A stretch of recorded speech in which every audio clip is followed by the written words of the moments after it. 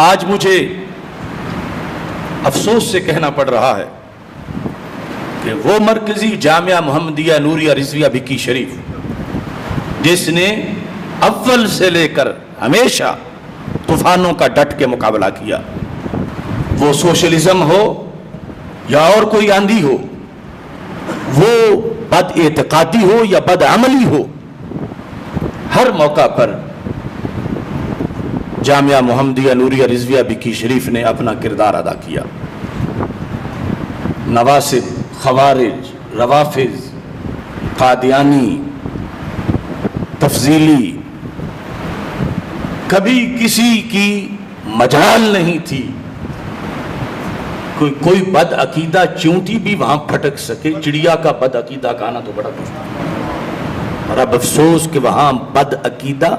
گدھیں چکر لگا رہی ہیں۔ ابھی جس شخص نے وہاں پر درس بخاری دیا وہ بدبخت شخص ہے کہ جو اپنی تقریروں میں کہتا ہے کہ امام بخاری بھی یہاں ڈنڈی مار گئے، مولا علی کی شان میں ڈنڈی مار گئے۔ وہ ایسا بدبخت شخص ہے کہ ایک طرف تو اس کا علمی نسب دیوبند سے ملتا ہے، کراچی کی بنوری ٹاؤن کے ذریعے سے، اور اس کا جو پیر ہے لالا جمشید جو میلاد کے جلوسوں پر خشت بازی کروا کے جلوس رکواتا تھا، اور دوسری طرف تفضیلیت کی حدیں کراس کرتے ہوئے آگے رفض کے اندر واضح طور پر داخل ہو چکا ہے، اس شخص کو بلا کر جامعہ محمدیہ نوریہ رضویہ بھکی شریف میں درس بخاری شریف کا افتتاح کیا گیا۔ حضرت حافظ الحدیث رحمۃ اللہ علیہ کی روح کو کتنی تکلیف پہنچی ہوگی، جو ایسے لوگوں سے ہاتھ ملانا پسند نہیں کرتے تھے، آج ایسے ان کی مسند پہ آ کے بیٹھ کر بے وجہ نہیں چمن کی تواہیاں کچھ باغباں ہیں برق و شرر سے ملے ہوئے۔ بھکی شریف سے منسلک بہت سے لوگ سمجھ چکے ہیں، لیکن آج افتتاح کے موقع پر میں پھر جو ابھی تک ناسمجھ ہیں اور عقیدے کو ذبح کر رہے ہیں، عقیدہ سائیڈ پہ کر کے عقیدت کی حفاظت کر رہے ہیں، انہیں یہ کہنا چاہتا ہوں آج تک یہ شخص بھکی شریف جب داخل نہیں ہوا تھا، اب اس کی داڑھی سرخ ہو گئی ہے۔ کسی مقام پر حضرت حافظ الحدیث رحمۃ اللہ علیہ کا جنازہ ہو، کل شریف ہو، ختم چہلم ہو، جامعہ محمدیہ نوریہ رضویہ بھکی شریف کا وہ سالانہ جلسہ دستار فضیلت ہو، کوئی تقریب بسم اللہ ہو، کوئی تقریب ختم بخاری ہو، تو آج اس منحوس کو جب اس کی داڑھی بد عقیدگی میں سرخ ہو گئی۔ فتح مکہ سے پہلے تک جتنی جنگیں ہوئیں ان سب کی قیادت حضرت ابو سفیان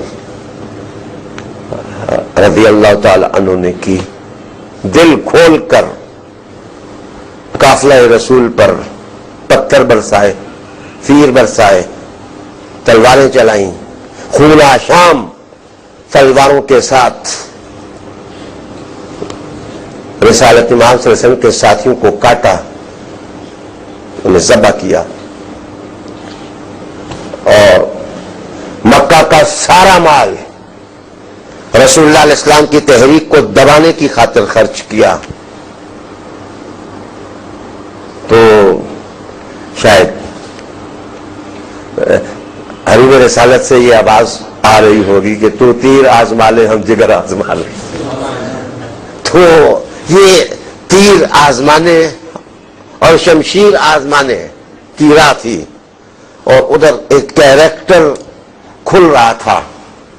وہ کیریکٹر نبوت اور رسالت کا تھا، اور ان کی رہنمائی میں ان کے ساتھیوں کا کیریکٹر اور کردار تھا۔ میں رو کے نہیں، میں مسکرا کے بیان کرنے لگا۔ گالیاں ختم نہیں ہوئی، جو فرق حضرت ابو سفیان رضی اللہ تعالی عنہ نے اس دور میں چھوٹ گیا تھا، وہ حضرت امیر معاویہ رضی اللہ تعالی عنہ نے ان کی خواہش کو اس طرح بھی پورا کیا کہ دمشق سے لے کر کے کوفہ تک کے خطباء کو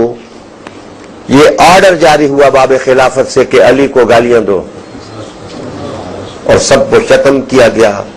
بلکہ بصرہ کے ایک خطیب کی زبان کو کٹوا دیا، اس لیے کٹوا دیا کہ اس نے ایک خطبہ دے دیا تھا آل محمد کی تعریف میں۔ تو کیوں دعوت دی گئی؟ حضرت حافظ الحدیث رحمۃ اللہ علیہ کے مشن سے بے وفائی ہے، عداوت اور بغاوت ہے۔ اس واسطے جو فریب خوردہ جلالی ابھی تک آنکھیں نہیں کھول رہے، وہ آنکھیں کھولیں، اور اگر ان کے پاس کوئی جواز ہے تو وہ سامنے لائیں۔ حضرت حافظ الحدیث رحمۃ اللہ علیہ کے مشن کا جھنڈا ہمارے ہاتھ میں ہے، اللہ کے فضل۔ جب میں یہ کہتا ہوں پھر انہیں غصہ آتا ہے کہ نہیں وارث ہم ہیں۔ میں کہتا ہوں تم مربع زمین جاگیر کے وارث تم ہو، مگر دنیا سے اگر پوچھو،